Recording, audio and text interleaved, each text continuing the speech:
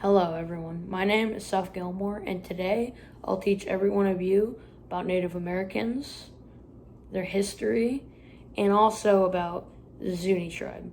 The Zuni tribe is located in New Mexico, and I'll get more into that later.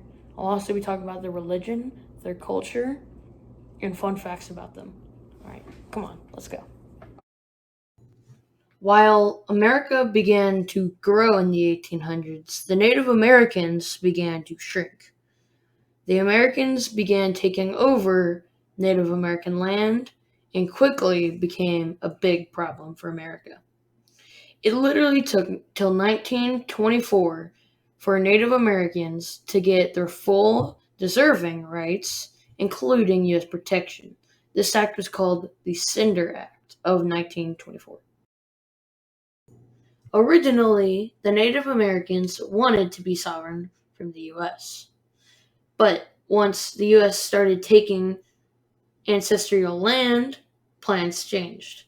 In 1831, Cherokee v. Georgia, the Senate ruled that the African Americans would be granted citizenship. However, Native Americans wouldn't be granted citizenship.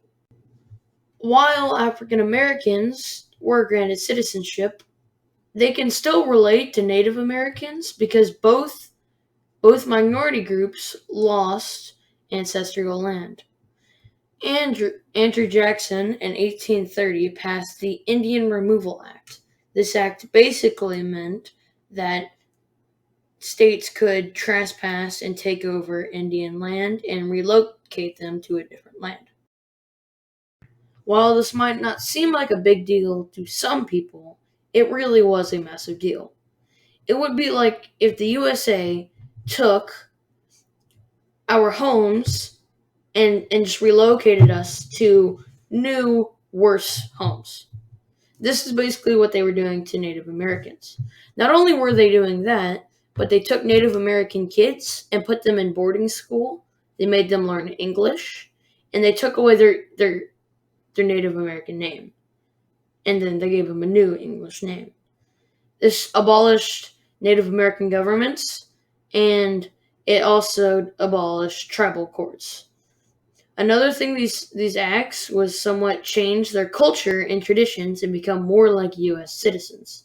This was a very big problem, and this would hurt Native American society for a long time to come. Even though the Native Americans had a rough past, their future is looking up. Sarah Winnemucca helped the Native Americans a lot, and what she did will never be forgotten.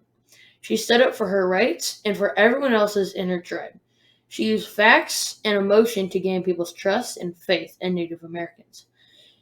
If it wasn't for her, many Native American tribes might not be here today. Audra Simpson is a Native American who's in the Mohawk tribe and a professor at Columbia University. Audra focuses on making sure people recognize that the Mohawk tribe is losing legal and cultural rights. A very crucial act that is used today for Native Americans is called the Nationality Act. This act is where when someone is born in the US, that means that they are already a US citizen and have full rights. This is very important so you don't have to go through the long, boring process of becoming a U.S. citizen. Another act is the Indian Reorganization Act. This act is also very important because it gives funds to Native American tribes to help their Native Americans create their own tribal governments, businesses, and also it helps their schools. The Zuni Native American tribe has daily religious practices, but is very secretive with their religious practices. It's known that Zunis respect their ancestors, nature, and animals. It's also known that they have some sort of connection to the Greek religion. Zunis believe in gods and spirit beings named Kachinas. They wear painted leather trimmed with feathers and hair. Most Zunis try to farm raising corn, squash, and beans. The current location for the tribe is Scenic Valley, New Mexico. To Native Americans. No, my voice!